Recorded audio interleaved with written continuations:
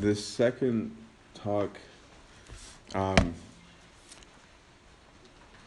is based on some people's question when we were discussing themes for the retreat of why bother talking about the monks or the desert for this group when most of you are not monks or nuns or will ever be.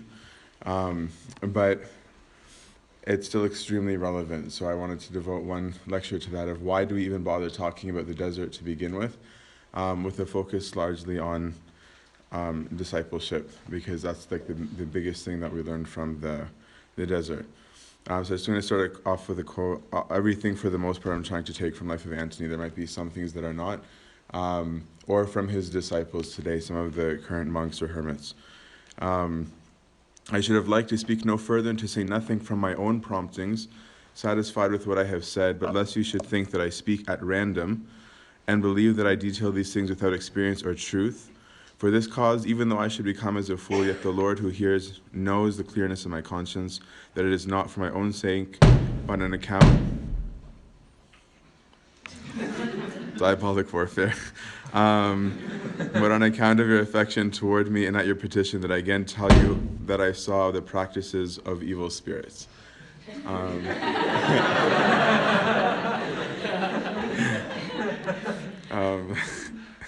live demonstration. And there's so I wanted to emphasize that he says not at random, okay, and that at the prompting of God, that he tells them his own experience, because some of the HRC, I'm sorry to you guys who I can hear some things that we've said again, but I'm going to start off with a different tone, is how much at random we are, right, and how much we value our own experience when often we're woefully ignorant, and that we should not be practicing something without experience. We should not be instructing people without experience, and we should not be taking instruction from somebody without experience. So what the desert has going for it, why the desert, is this discipleship and discernment that the desert offers us. That there's a certain benefit you get from seclusion that gives you a certain amount of knowledge, right? If we look at the debates that Antony had with the philosophers, for example, these are things that you don't get by being loudmouthed, right? Like a person who's walking around and just talking all the time and chilling and social media or whatever. I'm not saying that those things are intrinsically wrong.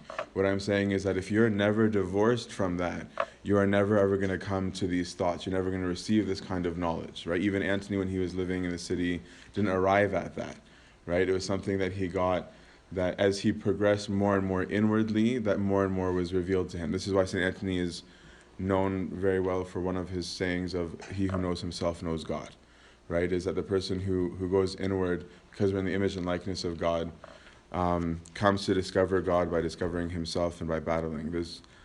That saying could be 5 lectures on its own. But so what ended up developing through the desert is this concept of the Abba, right? And this is what monasticism is. There's no such thing as a monastic life without discipleship. It doesn't exist, right? If you go to a place where there is not an Abba, they can dress you up as a monk, but you're not a monk. Okay, being a monk means being a disciple. The two are intrinsically related, and it has nothing to do with priesthood. It has nothing to do with sacramentals. It is purely a relationship of someone with experience to somebody who has lesser experience. That's why there was no priesthood in early monasticism, right? Antony wasn't a priest. St. Macarius was by fluke, in that he was ordained before he went, but he wasn't ordained a priest because of his monasticism. It was something that had happened in spite of him.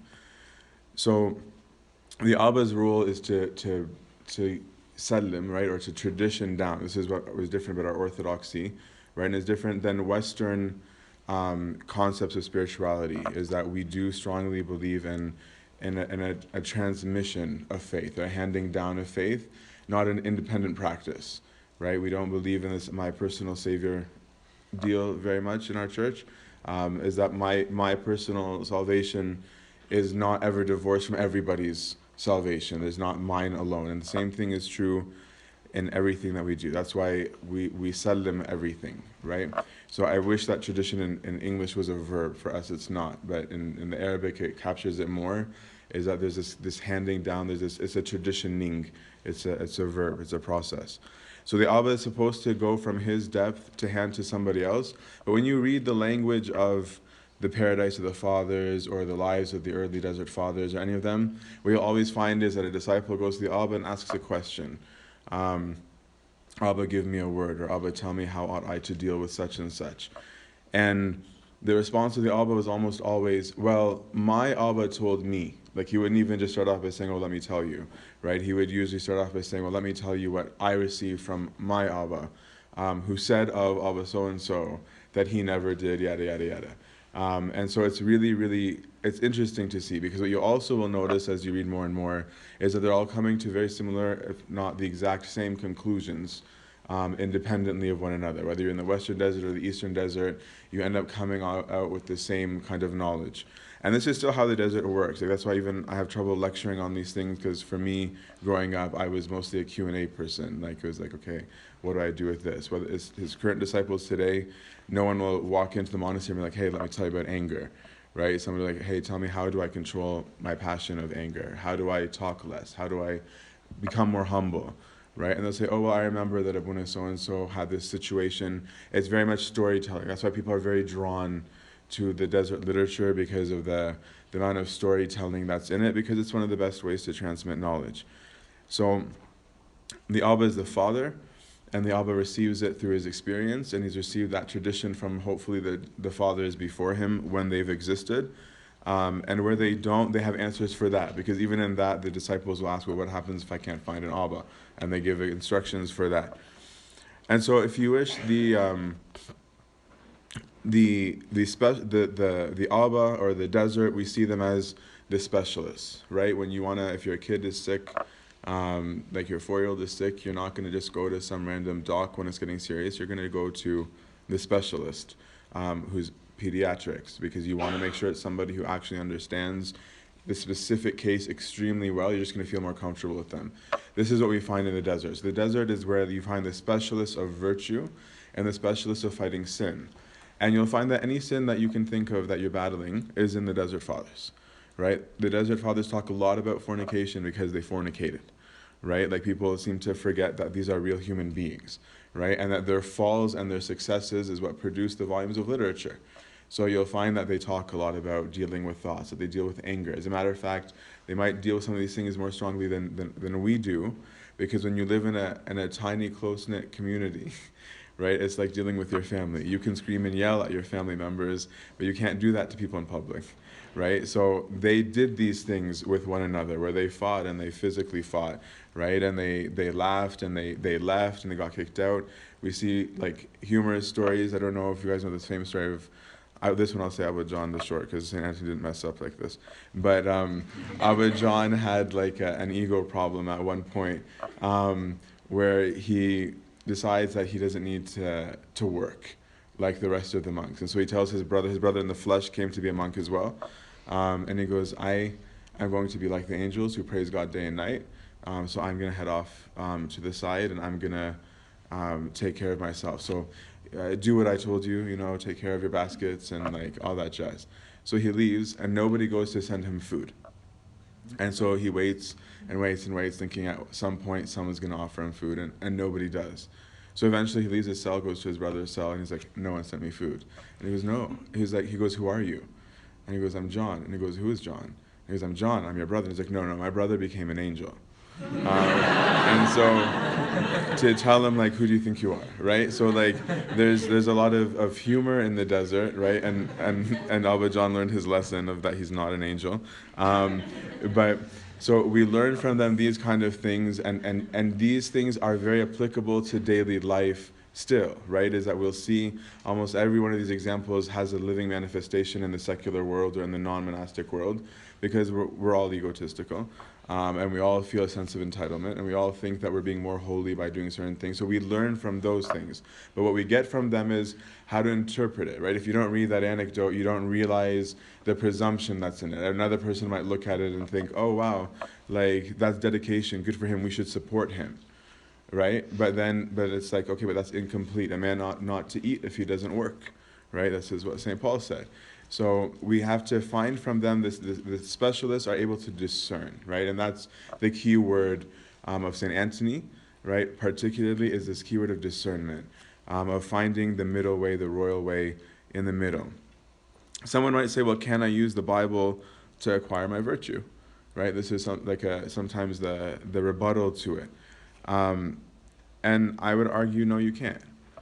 Because the Bible gives you the end goal, but it doesn't give you the means, right? Christ says you need to be meek, but he didn't say how to be meek. He said, learn from me, for I am meek. He's like, just watch me to the best of your ability. We have certain anecdotals to help, right? It says, do not judge.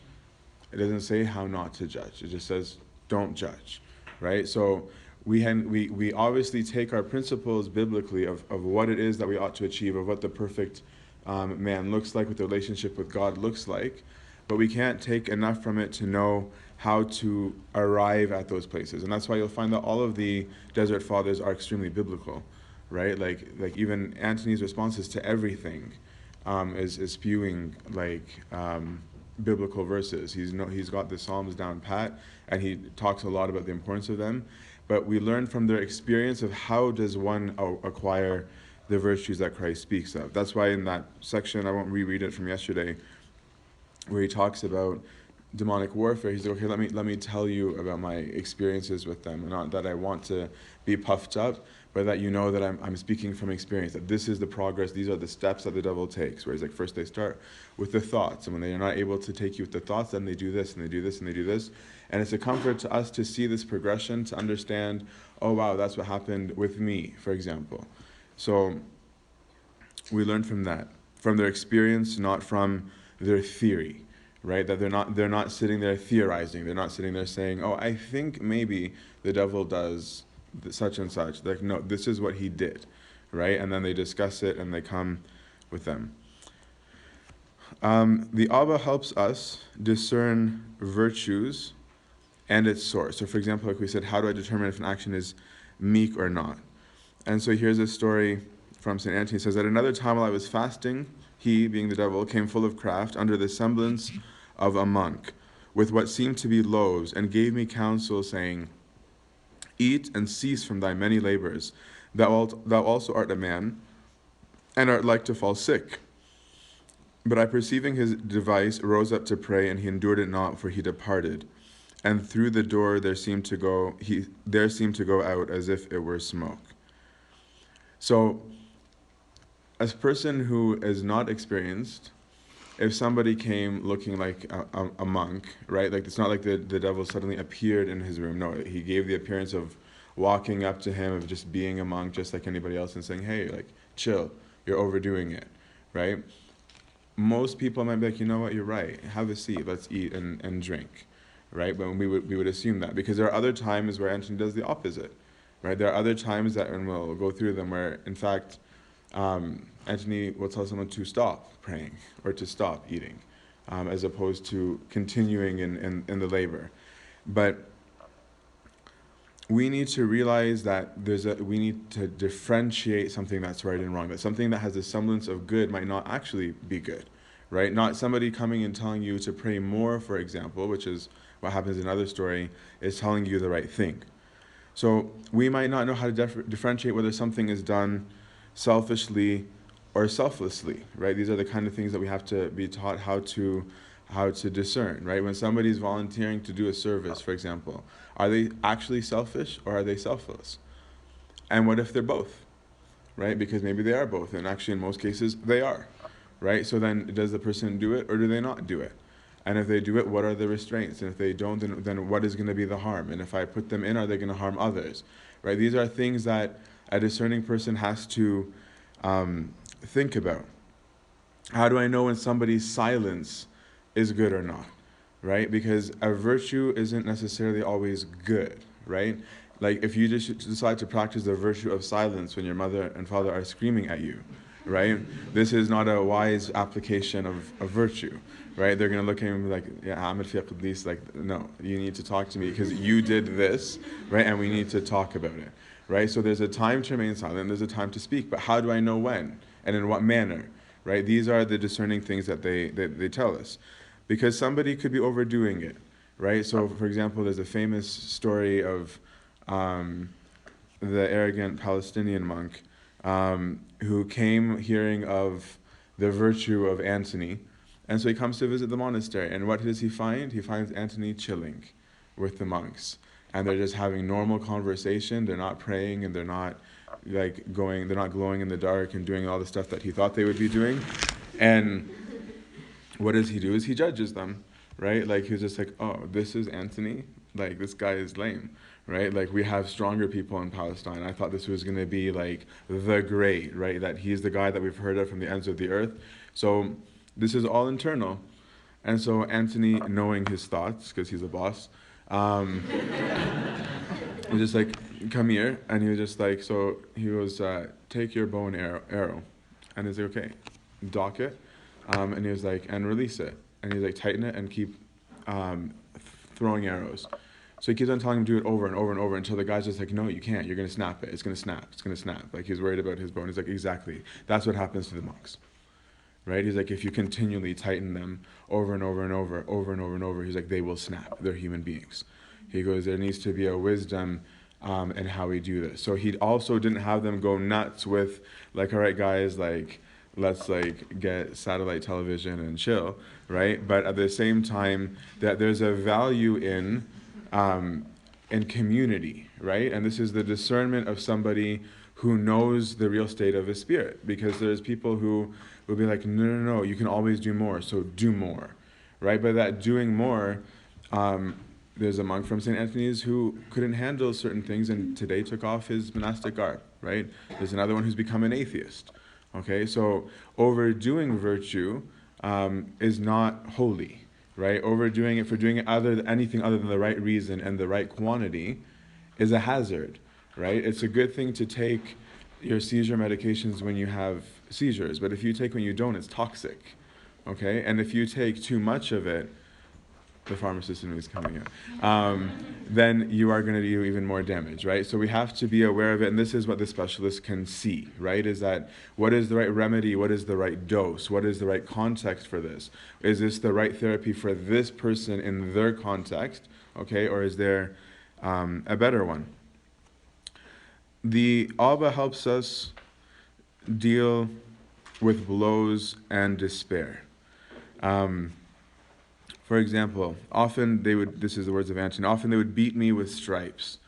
And I repeated again and again, nothing shall separate me from the love of Christ. And at this they rather fell to beating one another. So he was quoting obviously Romans, right? Is that when you see that Antony could discern their lies, right? Is that like, this is where we benefit from them. Is that a person, imagine if you're going to your Abba and just saying, no, like I fell this many times in sin, right? Which is to us the equivalent of our beating, right? Is that when we are down over and over, then it's like, yeah, I fell, I'm getting owned here, right? So when you look at Antony, say, okay, he was owned in his own right, okay? So he was falling in a different way. But to Antony, he resisted. And how did he resist? He resisted with Scripture, right? And what did he do? Is that he confronted the lies of the devil with truth, right? Is that the devil was trying to make him feel like, dude, you're getting owned, right? Like, where's your God now, right? You're the one who's being beat up by me. So a person who doesn't understand the bigger picture would think, yeah, he is, right? Like an atheist looking at the same scenario would be like, sorry, where's the God part, right? Like he's getting beat up, right? Like this is messed up, right? Whereas he's like, no, this means absolutely nothing. This is a show, right? So yes, I'm physically being beat up, but do you think that this beat up session separates me from the love of God? No, it doesn't, because the Scripture revealed that truth, is that nothing, even hell, can separate me from the love of God. And so we can take courage from that Abba in our tribulations, right? When we understand that A, they've gone through it, and B, that it's a lie, that no, I'm not being owned. It might appear to it right now, okay, but in the grand scheme of things, it's not as serious as the devil would have us believe. There is a problem, obviously, if we succumb to it, or B, we run to our enemy, and then they talk about what happens when you do that. Our Abba will help us to discern the supernatural, right? Because how do I know an apparition is from God or not. And this is important because it has a practical level and a supernatural level, is that we do have people who still have people appearing to them. I remember somebody messaging me a decade ago or more that Ambakaros was appearing to him and teaching him Al-Hayn. And so on the outset, there are some priests that were excited about it, being like, that's so cute, that's so awesome, and like he's learning Al-Hayn from Sayyidina. Whereas that's extremely dangerous, right? Because if this isn't Ambakaros, then it's not something holy, right? And that means that somebody is receiving private instruction from Satan himself, right? And that is a problem. And so the fathers help us to discern. So like, what is this person like? Are they becoming more arrogant, or are they becoming more holy? Are they withdrawing from people, or are they treating people with more love? Because somebody who's receiving something from God, as Antony teaches us, grows more and more in virtue. They don't grow the opposite of it. They don't become more arrogant. That's why St. Antony tells us, how often in the desert has he displayed what resembled gold, that I should only touch it and look on it. But I sang psalms against him, and he vanished away. Right? And actually, if you read like the way that he deals with it, and obviously he had more apparitions than that, is he's very logical about it, right? Like when he first leaves the tombs and he sees the plate of gold, he finds it humorous, right? He's like, okay, seriously? He goes, somebody happened to be walking in the middle of nowhere where nobody ever is and left a tray of gold. Like he just didn't notice that he dropped a tray, like a whole tray, and money. And then he responds with verses, right? Because he's like, seriously, dude, right? But there's a discernment by doing it. But a person who is blinded by their lust or their desire isn't going to think that way. Like, oh, look, God sent me gold, right? He wanted me to have money. I thought that I shouldn't, but it looks like I should, right? So, like, is that there needs to be this discernment in our minds between the two. Because he goes on to say, like, what happens in apparition happens before our eyes. When therefore they come by night to you and wish to tell the future, or say, we are the angels, give no heed, for they lie. Yea, even if they praise your discipline and call you blessed, hear them not, and have no dealings with them, but rather sign yourselves in your houses and pray, and you shall see them vanish. For they are cowards, and greatly fear the sign of the Lord's cross. Since of a truth and the Savior stripped them and made an example of them with the cross. But if they shamelessly stand their ground, capering and changing their forms and appearance, fear them not, nor shrink, nor heed them as though they were good spirits. For the presence, either the good or evil, by the help of God, can easily be distinguished. The vision of the holy ones is not fraught with distraction. For they will not strive, nor cry, nor shall anyone hear their voice. But it comes so quietly and gently that immediately joy, gladness, and courage arise in the soul. For the Lord, who is our joy, is with them, and the power of God the Father. And thoughts of the soul remain unruffled and undisturbed, so that it, enlightened as it were with rays, behold by itself those who appear. For the love of what is divine and of the things to come possesses it, and willingly it would be wholly joined with them.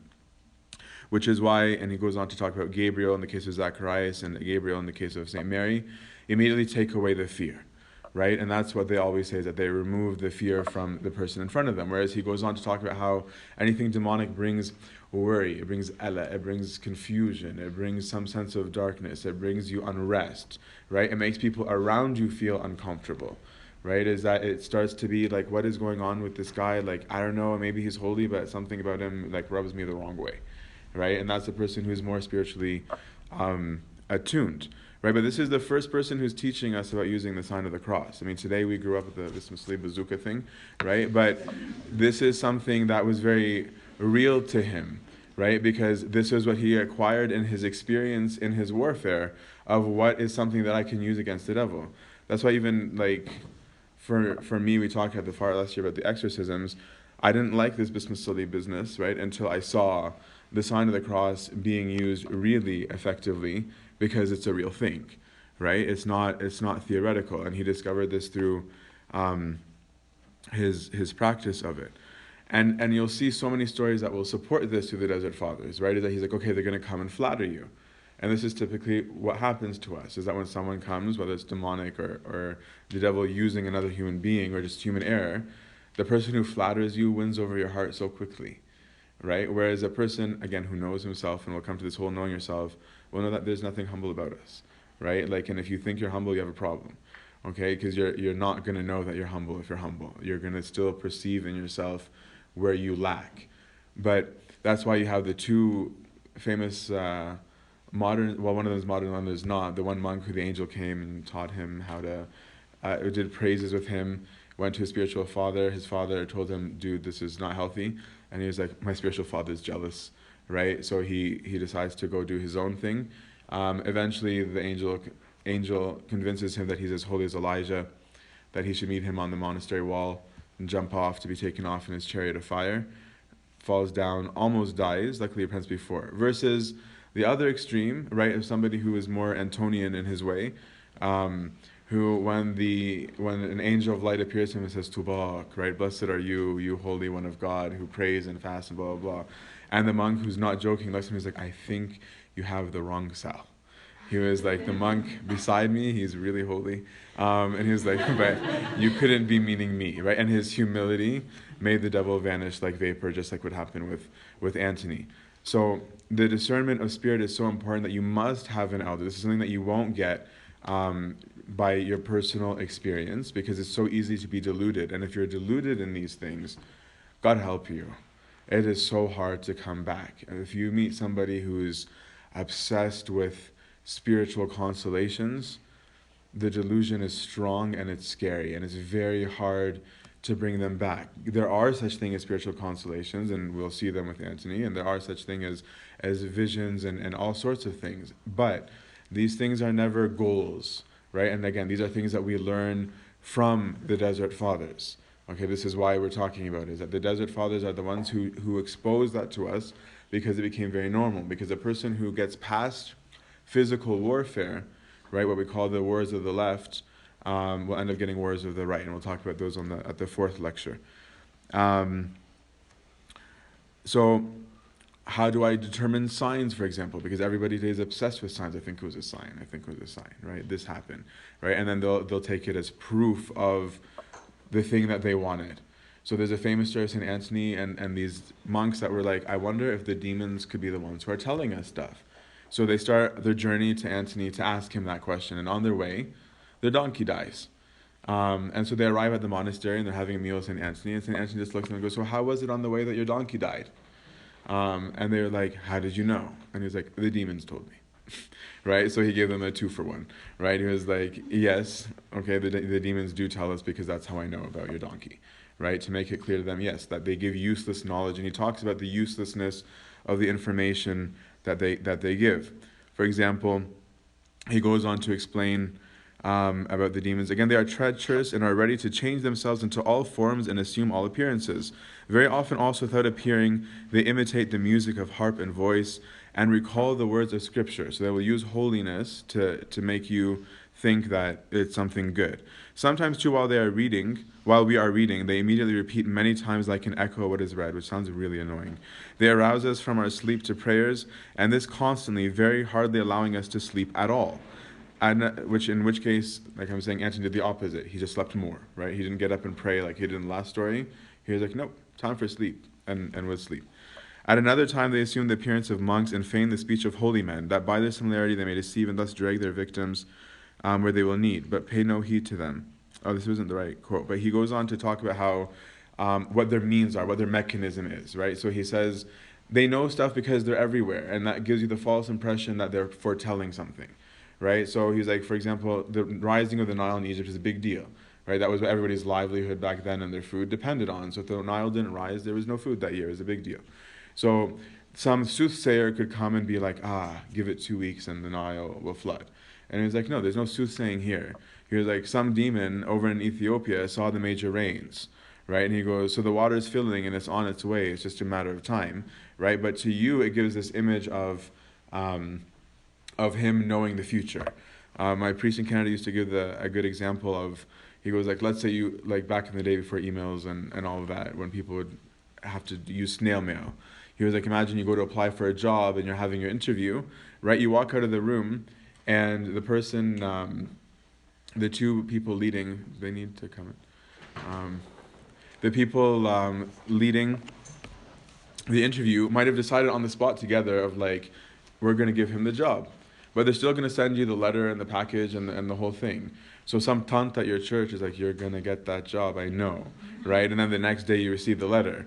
It's not necessarily that she knew the future. It could be very well that the demons told her because they already knew that this happened, right? They're witness and they're privy to a dialogue that you were not at, and it gives the image, right? The devil's all about imagery and show, right? So it gives the show or demonstration of having done something prophetic when really there was no prophecy involved, right? And obviously things go awry if they end up changing their mind, right? And he's already said something. But we learn their thing. So as we saw from there is that there's other things the devil does, like Sandy's saying, where he'll tell you pray, right? And he'll encourage you to pray. Or you might be praying. You know, this happened once when I was at the monastery of St. Antony, and I didn't realize it was demonic, where like I was leaving St. Antony's cave after spending some time there, and I could hear Tamgid from one end of the mountain to the other. And I was like, oh, that's beautiful. Right? I went to the Abba and he's like, no, it's not. Whereas there was something else that someone had happened in the cave with people singing, and he's like, oh, you're lucky. Those were the angels and the saints. I'm like, how does he know? Right? But they have that discernment, right? And they can discern it in many different ways. So we have to be aware that everything that looks holy is holy, right? And that's so real in our spiritual lives, because today I see so many people who become gung-ho with their spirituality, right? And they're so excited that they're into it and they got Jesus, and they go hardcore. But they're hardcores without discernment. And so the devil will take it to their full advantage. And he'll give them things that they love, and they'll be so excited about it. And what he's doing is trying to build you up, and then slam you against the concrete floor so that you never do it again, right? Like that's what he wants. So that you walk away and say, I did the Jesus thing. It's all lies. It's all delusions. It's all in your head. It's all psychotic, right? Because you were doing it solo, and you're doing it without discernment, and you're doing it without understanding the difference between what is the devil's work and what is God's work. And because of it, you have a salty taste in your mouth, and you will feel justified in it, right? And so this is why this discernment of spirits, of knowing what is holy and what is not, is absolutely essential. And he even goes on to say, don't even believe them when they're telling you the truth. He says, wherefore the prophet sent by the Lord declared them to be wretched, saying, woe is he who gives his neighbor to drink muddy destruction. For such practices and devices are subversive of the way which leads to virtue. And the Lord himself, even if the demons spoke the truth, for they said truly, thou art the Son of God, still bridled their mouths, and suffered them not to speak, lest haply they should sow their evil along with the truth, and that he might accustom us never to give heed to them, even though they appear to speak what is true. For it is unseemly that we, having the Holy Scriptures and freedom from the Savior, should be taught by the devil, who has not kept his own order, but has gone from one mind to another. Wherefore, even when he uses the language of Scripture, he forbids him, saying, but the sinner said, God, wherefore dost thou declare my ordinance, and takest my covenant in thy mouth? For the demons do all things, they prate, they confuse, they dissemble, they confound, to deceive the simple. They din, laugh madly, and whistle, but if no heed is paid to them forthwith, they weep and lament as though vanquished.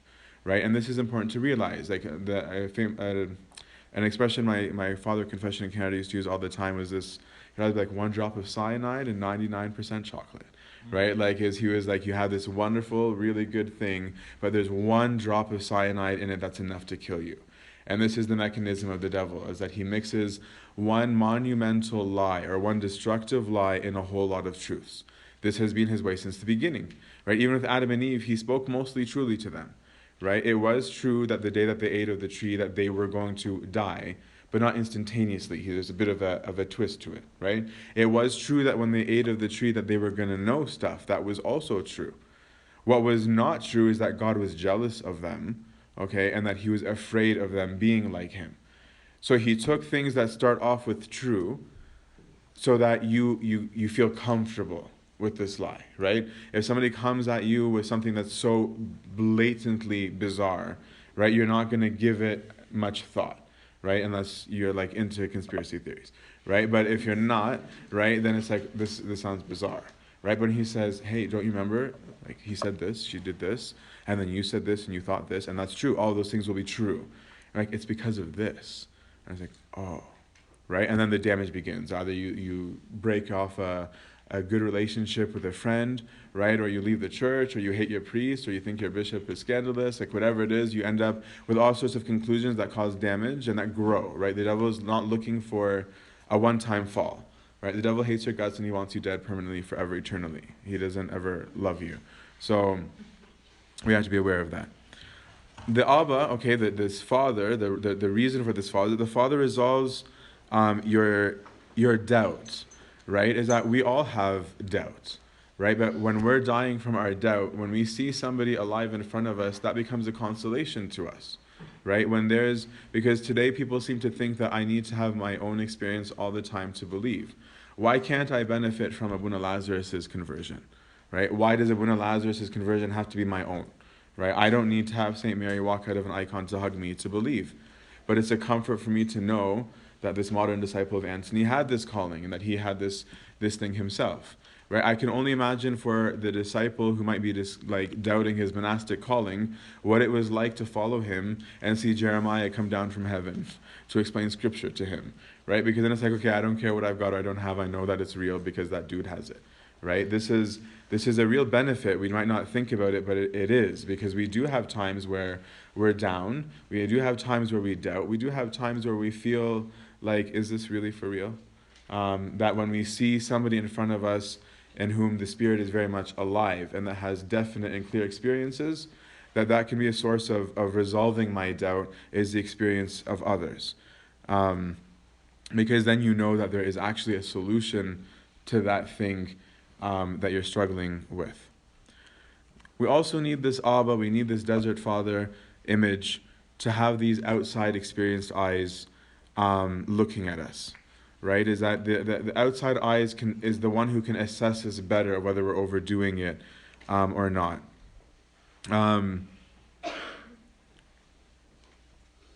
Because we sometimes interpret a scenario completely the wrong way, right? Sometimes we are looking at a scenario and somebody does something to us and our interpretation is, oh, this person is angry and jealous and lying to me, right? When it might actually be that the person is trying to protect you from something that if you found out would make you go crazy, right? But when you only see things from your scope, right, from what you see through your very limited experience and from your limited perspective and blinded by your own emotions, you are going to be a lot more prone to misinterpreting the reality of a situation, right? And you'll hear people say things like that, like, how else could you interpret this? It's obvious, clearly, blah, blah, blah, blah, and it's with conviction. It's like, well, actually, there's a very simple another explanation, and it is that one, right? It is actually not yours. But the outside eye helps reveal to us truths about ourselves and truths about others. In the context of confession, for example, especially when a priest has multiple people confessing to them, right? Sometimes they know for a fact that what the person is saying in front of them is wrong, right? Because like, I know because they confessed to me, right? But obviously they can't say that, right? But these outside eyes that are when you're discipling many people, like Antony was doing, allows you to understand the reality of it, right? With a much more clear way, with a much more discerning eye. And it keeps our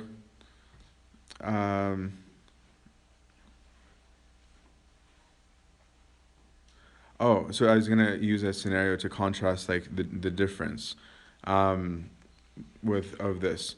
So for example, there's a story of these dudes who come to be a monk, or to become monks, and Antony is like, so like, where are you at, like spiritually?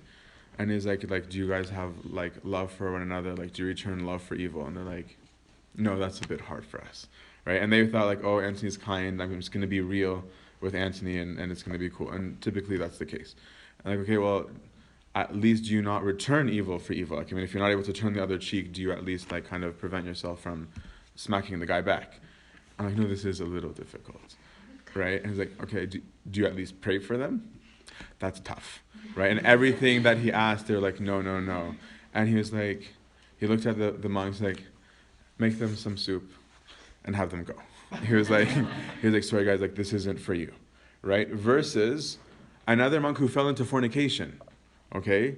Like he fell into fornication and he was thrown out of his monastery, and he comes to Antony crying, right? And Antony raises him to his feet, sends him back to the monastery, and says, go back. Tell them Antony has sent you back. They went back and they're like, yeah, right. Right? You fornicated. There's no way Antony sent you back. Leave. So he leaves again, and he comes back to Antony crying. So Antony goes, Antony hates leaving his monastery, right? Like he left like 3 times total and by compulsion, except for the martyrdom fling, right? So like he goes with this person, leaves his monastery, goes all the way back to this other guy's monastery, and he just looks at the monks and says, just a quick anecdotal, and just says, a ship was at sea with a big freight, and a storm happens, and everything is thrown off the ship. With great difficulty, we rescue one of these guys from the sea, from his death, and get him back into the ship. Would you then go and throw him back into the sea? And leaves, right? Because he's a boss. But, mic drop. But there's, so, but look at the discernment, right? One could look at this and say, okay, this guy couldn't return evil, like wasn't able to return good for evil. You'd think that's the lesser of it, versus this guy who fornicated, right? Like you wouldn't expect that that's the guy that he's going to go and intercede for. You'd expect him to be like, whatever, he's weak, but I can train him. But no, these outside eyes with experience like, no, this is not the heart of a monk right here. Okay? It's not that I'm mad that he returns evil for evil. It's that he doesn't have the mindset, he doesn't have the heart of Christianity, because a monk is really just a Christian. That's what Abuna Metin Meskin said, and I loved it. He's like, a monk is simply a Christian living in the monastery. Nothing else. Right? So if he doesn't have this Christian principle of desire to love, then he's not going to make a strong monk. Yes, you can fall into sin, no problem. Okay, but if your mind is wrong, and this is what they're discerning, is the heart of the matter, right? Is what we often use as an expression. Is what is the substance of this person? What is his makeup? Is he in the love of God or is he not? And does he have a desire for it? Because a person who does have a desire to love God can fall, no problem, but he'll rise again because he has love. But a person who has no desire to love, or who only loves himself, is not a Christian, right? A Christian is defined by their love, right? By this shall all men know that you are mine, if you have love towards one another. So if you don't, then how are you going to be able to sit in a community of monks where they will drive you mad, right? If you are not even able to think well for them, when your brother comes and like takes your food, you're going to go crazy. You're going to like break the bowl over his head, right? Whereas a person who has love is like, okay, it is not mine to begin with, because he has a mindset of his neighbor before himself. So the outside experience eyes help us discern scenarios. They also keep our conscience healthy and active. So Antony says, and as a safeguard against sin, let the following be observed. Let us each one note and write down our actions and the impulses of our soul as though we were going to relate them to each other. He's talking about your sins and mine. And be assured that if we should be utterly ashamed to have them known, we shall abstain from sin and harbor no base thoughts in our minds. For who wishes to be seen while sinning? Or who will not rather lie after the commission of a sin through the wish to escape notice? As then, while we are looking at one another, we would not commit carnal sin, so if we record our thoughts as though about to tell them to one another, we shall the more easily keep ourselves free from vile thoughts through shame, lest they should be known. Wherefore, let that which is written be to us in place of the eyes of our fellow hermits, that blushing as much to write as if we had been caught, we may never think of what is unseemly. Thus fashioning ourselves, we shall be able to keep the body in subjection to please the Lord, and to trample on the devices of the enemy. Right? So this Abba is teaching you how to keep your conscience healthy, right? Because it's easy to become desensitized to your sin. Right? And he's like, and look at how real he is. Like, this is what I love about Antony, is that he's getting into the root things of the person in an obvious way without being fake about it. He's like, no, let's be real here. Would we not lie rather than admit our issue? Right? Is that not the natural impulse of a person, rather than saying, hey, I'm a fornicator? Right? Is to be like, no, I was in my room, I was praying. Right? And it was like, no, you were sexting. Okay, but nobody wants to say that, right? Obviously, right? But so he's saying, okay, so you wouldn't want somebody to know that about you, So he was like, so find a way to reenact that thing, that shame, so that it becomes a safeguard to you. Write it down, right? I know that even when I write in my journals, like I'm always petrified of like who might find them when I die, right? Because I'm just like, oh Lord, they're gonna find out this about me, right? But because there's a benefit in writing down these things that we struggle with, and to write down our experience with it, both the positive and the negative, so that we can grow. But again, a person might not know to do that when they're blinded by the sin. This is why you need this Abba. You need this outside person to help you. Because seeing a person in front of me as holy makes me aware of my lack of holiness, right? And that's going to be like the last talk will be about that, right? When you're in the presence of somebody righteous, it helps you become aware of your own unrighteousness. And it keeps me from being careless, right? If I see somebody that attentive, right, I might not be at that person's level, but it'll help me at least strive for a little higher than where I am at, of being like, man, I didn't think that was a big deal, whereas to this guy, like, this is like a big musiba.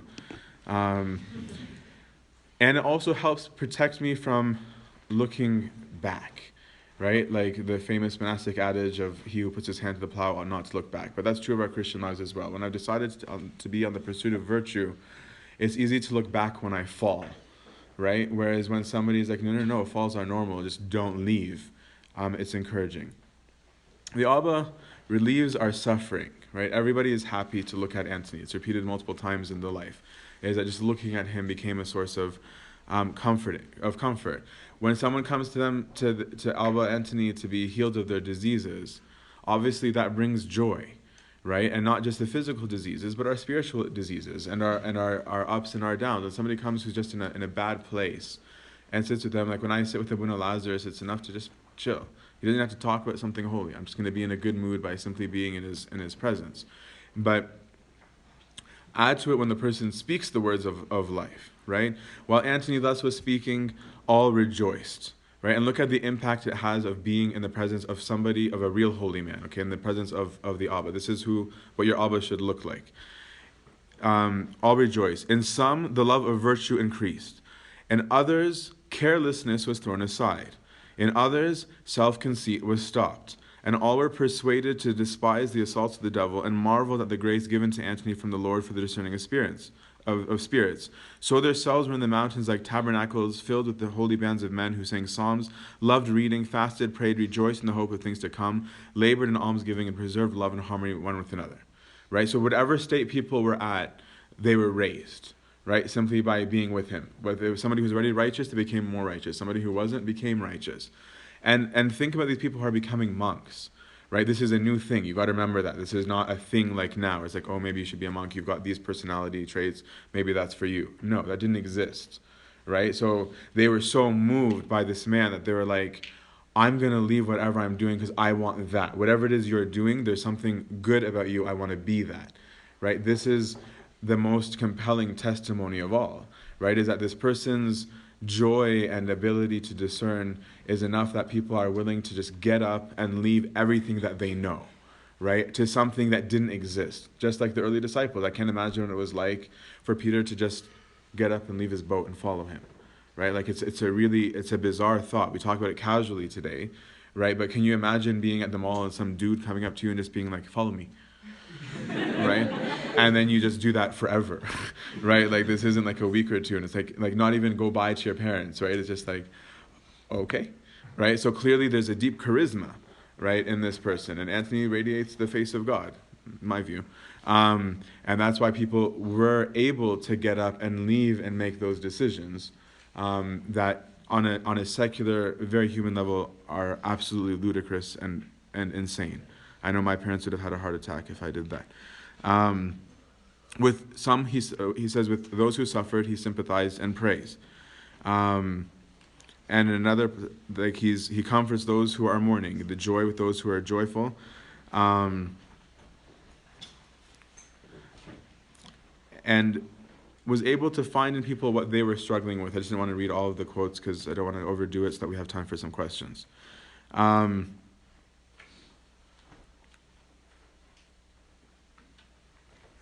Yeah, I'm going to skip this one.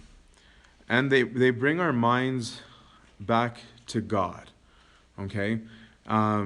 This was the advice he gave to those who came to him. And with those who suffered, he sympathized and prayed. And oftentimes the Lord heard him on behalf of many.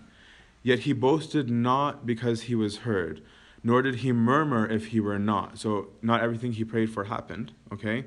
When they did, he didn't boast. When they didn't, he didn't get angry. But always he gave thanks to the Lord and besought the sufferer to be patient and to know that healing belonged neither to him nor to man at all, but only to the Lord, who does good when and to whom he will. The sufferers therefore used to receive the words of the old man as though they were a cure, learning not to be downhearted, but rather to be long-suffering. And those who were healed were taught not to give thanks to Antony, but to God alone. Okay, a man of God is a Christocentric person. Okay, a man of God is somebody who has his eyes very locked on Christ. It will never be on himself. And if you find that the person is mostly, I don't mean speaking of their own experience as a negative thing, that's necessary because the experience is good. But where the person is constantly I about everything, or like, I did this because of this, like, it's just, I don't know how to explain it other ways. This focus, a person will always just hear the ego coming out.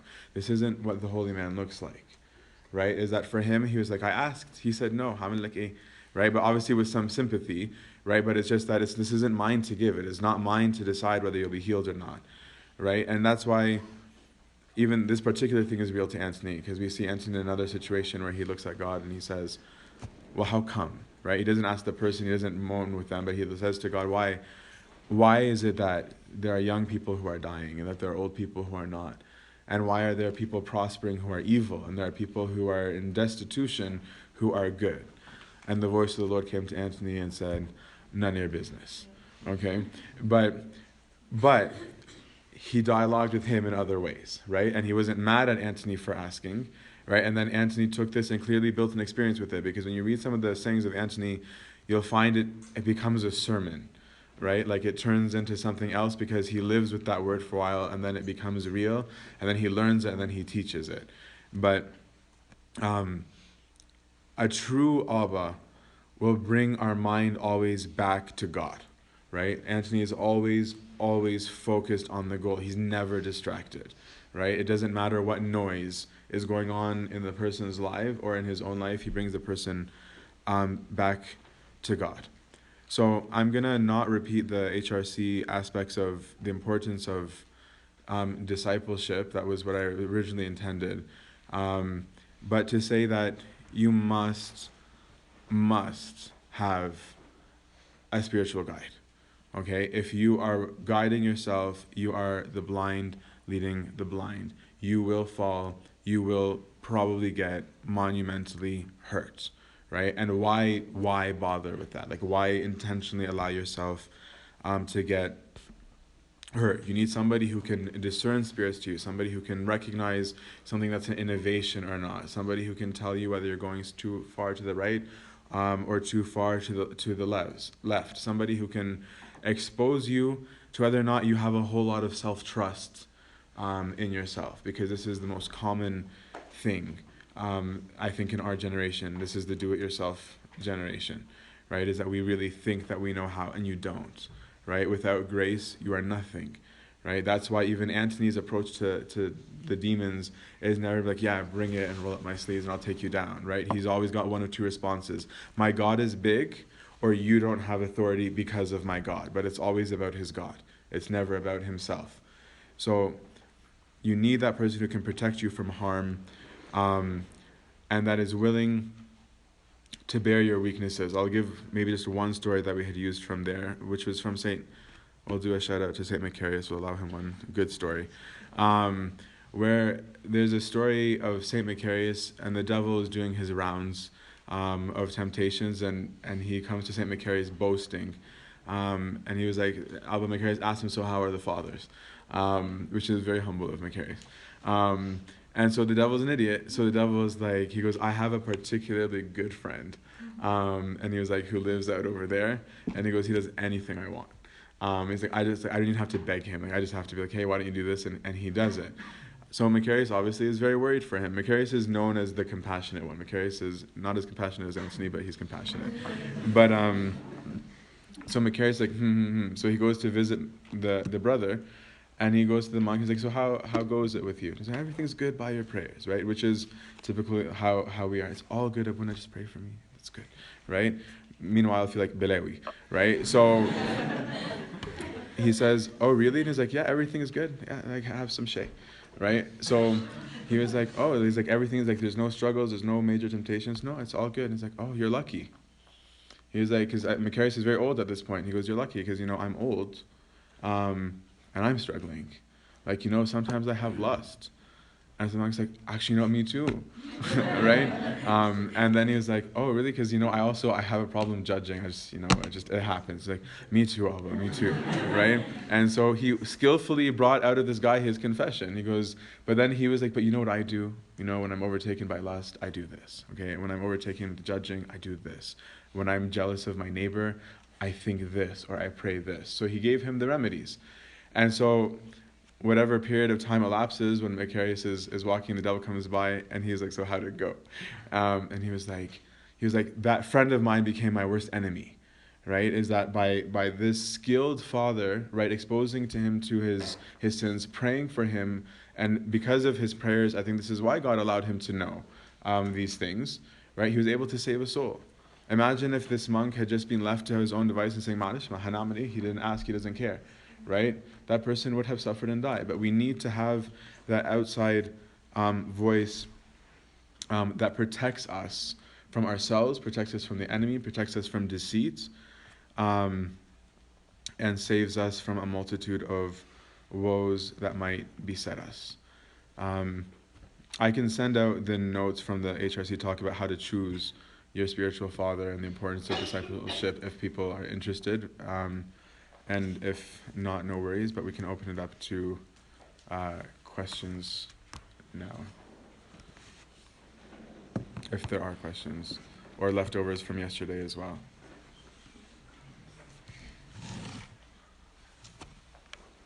So you're saying part of Sorry. following a father has to do with being impressed with his son at this point. Not isn't you're saying like they saw Antony and then they followed him because he there's something about him, right? How does that balance with kind of saying like his calling is my calling because I see this as really great, or balancing following a specific father with discerning your own both calling and personality, because seeing the fruits of his work and you want those fruits but they're also part of his person, and right. Take that on. Well, first, the discerning of calling, you're going to need that Allah for, right? Because anybody can attain perfection if they are in their proper calling. So if your calling is to monasticism, you can achieve perfection in monasticism or celibacy. If your calling is in marriage, you can achieve perfection in marriage and not lesser, right? And all the virtues that one sees in a monastic can actually be seen in a married man if that married man or woman, I shouldn't just say men, if both of them are interested in the pursuit of perfection. So God doesn't say, well, since I gave you a different calling, I will not endow you with any such gifts, right? We've heard of sawah, married couples, right? There are women healers and women exorcists, just like the male healers. So it has nothing to do with the garb. It's about holiness, is really what it comes down to. So if he is a strong father, the father should be able, a true guide is never going to want to make the disciple a replica of himself. Right? So they're not going to be excited oh, this person confesses to me, I'm a celibate, now I want this person to be a celibate. That person is always looking for the salvation of the person in front of them. So they should be looking at no, this isn't a celibate, that's not his personality. So how do I help this person through his or her personality achieve perfection where they are? Right? How do they strive for that in the balanced way of their own setting? So that's where I think the first question is resolved, because that father should already have that discernment, right? To not be trying to turn you into that, and then you've got to have the right mindset. But in terms of the gifts, if I'm understanding your second part right, you would want to learn them from them, and you could. There would be nothing wrong with that. Of how to apply them or how to acquire those, you would get from instruction through them. I feel like that one, I don't know if I'm misunderstanding what it is. No, well, you're not misunderstanding it, but I was saying not in terms of the Father misguiding, right, but more of like your desire to be like them, like overtaking your own. Right. But that's what I mean, is that he should have the discernment to stop you from doing that. Right? Like, there are many people who enter monastic life and the majority are rejected. Right? And they all have good intentions. And they all read a book or met somebody that made them want it. Right? And actually, typically in the monastic culture, this is changing unfortunately a little bit, is we typically don't encourage them. Right? Like, we typically are like, no, it's brutal, it's hard, it's not for you.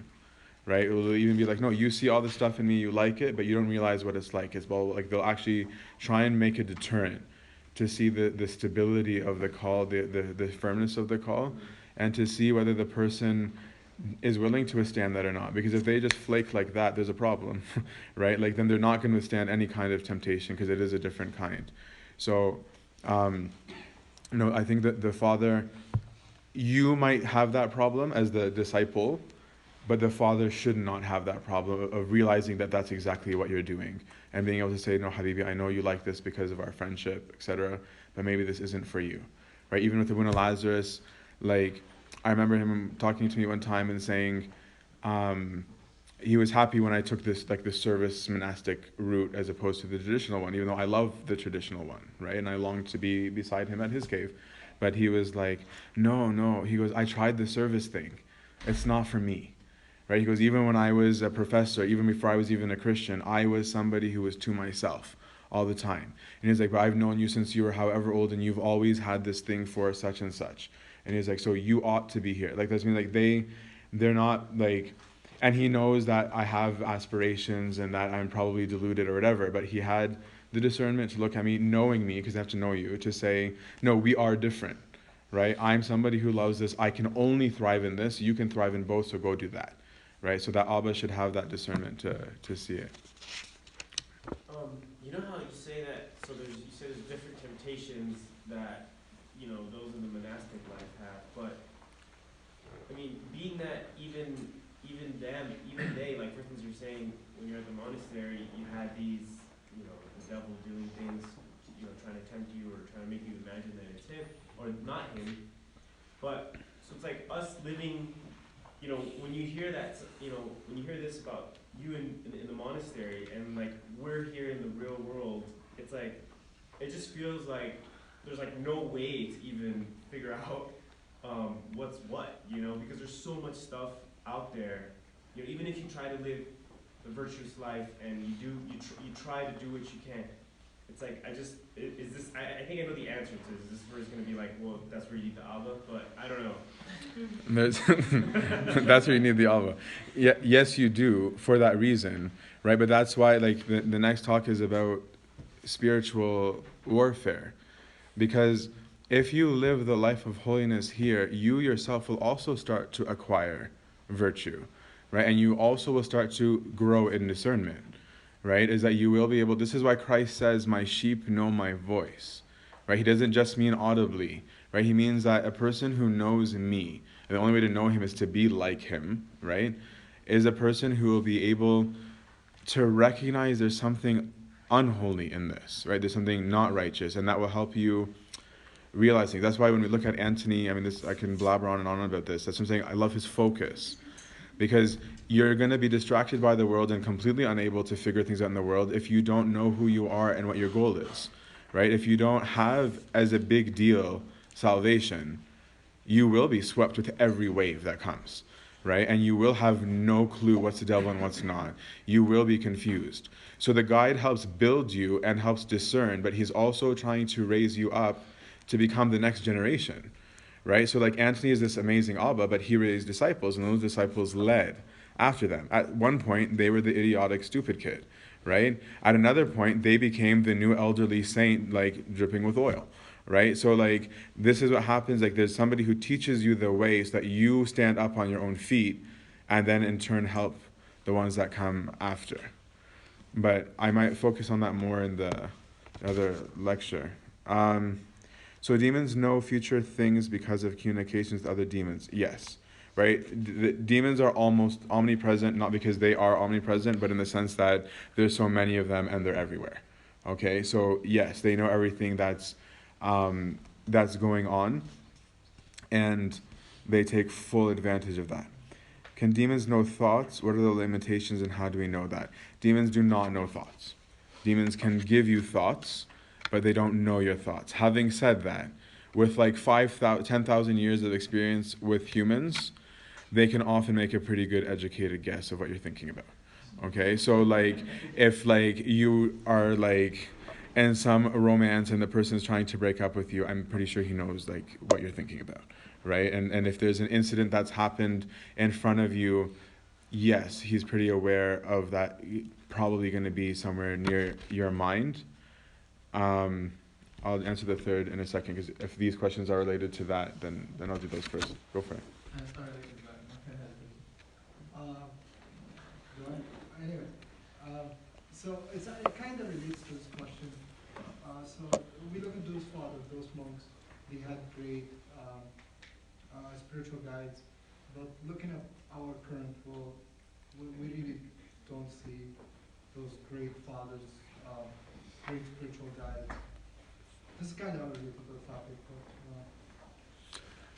It's harder in the world, but even in the monastery, they're becoming more rare. The person doesn't have to be a monastic, right? But actually, in most cases, it might even be preferable to not be a monastic for most people.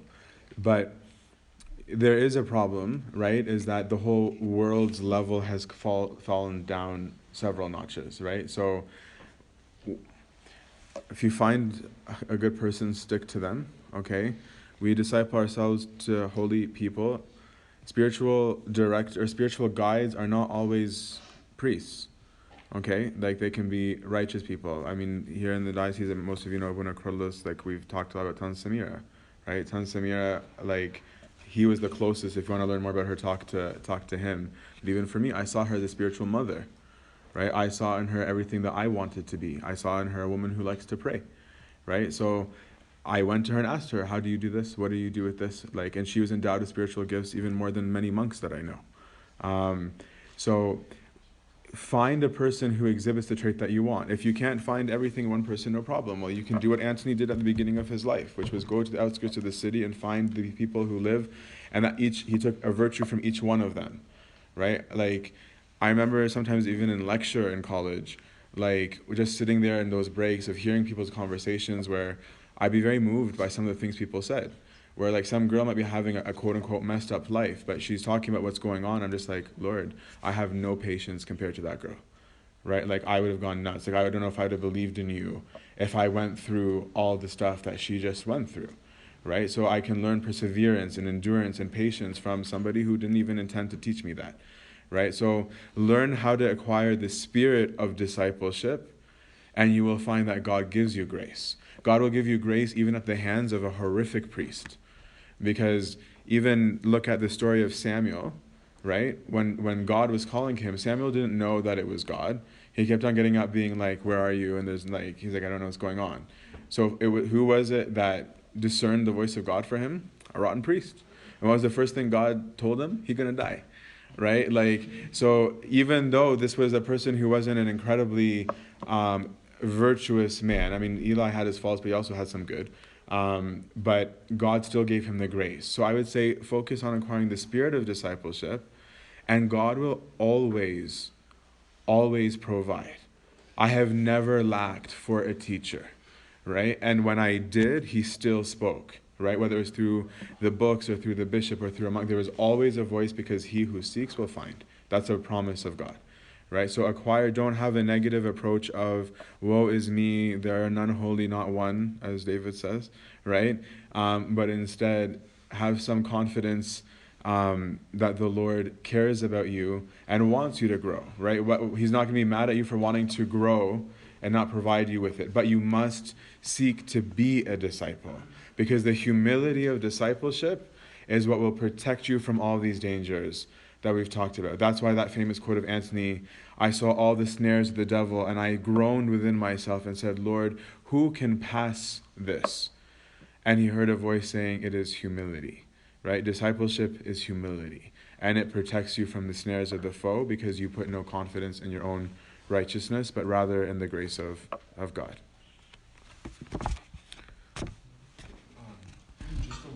clarification question. Do you ever think about, like, sort of gauging yourself on a spiritual continuum, like where you're at No, spiritually? never Something assess. that you advise for us to do? Never. Never, ever assess. Okay? To assess, you're putting values and we don't have values. Okay? To assess puts your focus on the wrong thing. Right? And once you start measuring, something has gone wrong. Just like even with temptation. When someone's like, hey, I didn't do this particularly bad sin for 10 days now. On a secular level, cool, you set a record. On a spiritual level, it worries me. It means that you have in your mind a mentality of markers or milestones. If you're setting a record, what do we do with records? We break them, right? Which means that there's almost in it an acknowledgement of falling. What we're going to talk about with St. Antony in the next lecture is the focus on the now, not on anything else. The only thing, if you're ever going to measure anything in spiritual life, then just measure what is the time interval of how long it takes for me to stand up again after I fall. If you want to measure something, just measure that. But don't measure amount of falls, amount of successes. And if you get into an attitude of assessing, you're going to start comparing either to others or to your past. And when you do that, you're going to forget that you're in a different place in your life than you were in your past. And so you might have despair when actually you're where you should be, right? So it's not a healthy, in my view and experience, and from what I received from my teachers, all of them have explicitly said do not. In all of my readings, they don't. There's a value in self-evaluation at the end of the day of saying what went well, what didn't. There is a value in that, okay? But I wouldn't evaluate my spiritual life, nor would I look for fruits. We are useless and unprofitable servants. We have done that which is our duty to do. As a safer mentality. How different is the spirit or the mind of discipleship in the world versus the monastic tradition? Because sometimes, like for example, Jean Chromacus, when he speaks about the spiritual father or the abbot, he goes to the extent of saying, like, you really ought to obey him even more than your inclination to obey God sometimes. So there is that like total measure of like self-renunciation. But how does that apply to us, or how do we learn as people living in the world from that, with that mindset, but without necessarily carrying the letter of what he said word for word towards like a spiritual guide or a spiritual father? Right. One of Lazarus freaked on me one time for wanting to apply perfect obedience in a secular world, not to people, like I was into priests, I was with my father confession at the time. And he was like, no, and it was emphatic, he almost yelled. He was like, you are not a monk. And so, like, I'm glad that you brought that up, because that was in part of the other lecture that we're not doing. Perfect obedience is for monastics, okay? But it's also voluntary, right? Is that the idea in the monastic community is that you have identified the Abba that you want to telmiz to become a disciple to. And so if you want to become like him, then no, you owe perfect obedience, because he might be training you in a virtue, and things that they want you to do are nonsense. Right? So like, watering a stick. I'm sure John the Short wasn't an idiot, right? Like I'm sure he was quite aware that this is weird, right? But he was like, it doesn't matter. I know that whatever it is, he wants to teach me something. He wasn't a simpleton, right? But because there's that kind of milieu under it, it works. In the world, what I would say is that you owe obedience, obviously, in the Lord, right? Which is what even we're told about our parents. So if something is against your conscience, if something is not biblical, if your spiritual father says, go and tell them, like, expose this secret, no. If that hurts your conscience, then you don't do it, right? Because you that would be violating somebody's trust. You'd be doing something wrong, okay? But at the same time, there needs to be a strike of this balance. And I'm saying this because I struggle even with now as a spiritual father, where somebody is asked advice and doesn't do it, right? And so you see them getting more and more into a problem. And so it's like, okay, I'm not trying to control you, but you're being an idiot. Okay, so like, are you going to listen to advice or not? Because if you don't want the advice, then why are you asking? Okay, so that's like, you have to balance of like, well, when I ask advice, am I willing to act on that advice? Think of somebody who has hired a personal trainer, right? Because they want to be an Olympian. So if you've hired a personal trainer, and then every time that the trainer gives you an exercise. You're like, I'm not doing it, I'm not doing it, I'm not doing it, I don't do this, I don't like this is uncomfortable, this is hard, this is tiring. Okay, then خلاص يعني. Good luck to you, right? So there needs to be a balance. At the same time, that trainer, right, should be listening to the trainee when the person is clearly trying, right, and just says, this one's too hard for me. Like this exercise that you're giving, it's not working for me. I'm not able to do it. Right? Then that trainee needs to be like, oh, okay, no problem. What is it that you're struggling with? Okay, then how about we try this? Right? So in the secular environment, it's going to be a give and take. Okay? There should be the intent to obey. Okay? But definitely that guide should not become a brainwasher. Right? Definitely that guide should not be controlling your life, making your decisions, telling you what job to take and what job not to take, what car to buy, what house to buy, whether you're going to move away. Like that's a diseased relationship, and that's becoming common. Okay, and that's dangerous, and I would not like to see anybody there. But this obedience is supposed to be a spiritual obedience, not a secular obedience. So it should not be like when someone got mad at me once at HRC or uncomfortable saying like, should I buy this car or this car? I'm like, I don't know. I'm like, which one do you want? Right? And it was just like, no, I'm asking the word of God. And I'm like, I don't know if God cares about that. Like, I'm not being sarcastic, I just don't know. Maybe ask the Abuna who knows about cars, because I don't, right? So like, but because there's become this mentality, because that's a monastic thing, right? Because in a monastic culture, my spiritual father should know how much salt I put on my rice. Okay? It's a completely different environment, right? In the monastic culture, everything ought to be known, because the intensity and kind of warfare is different. Right? And so for that reason, you really do need that level of attention and care.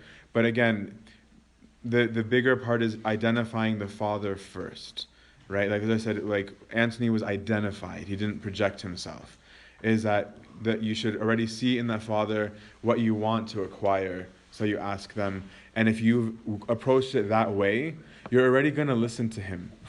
Right? Because like to me, if Abuna Lazarus instructs me on anything, I'm going to do it, right? Even if I hate the advice, even if it's uncomfortable, I'm going to do it because I already see in him, I'm like, he's successful, right? I want to be like that.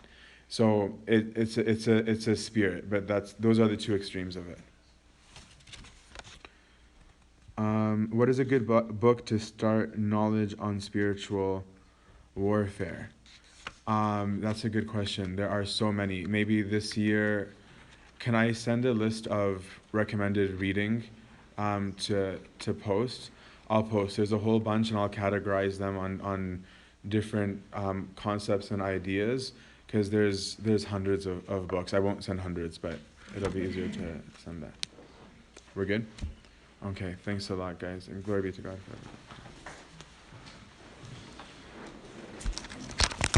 Everybody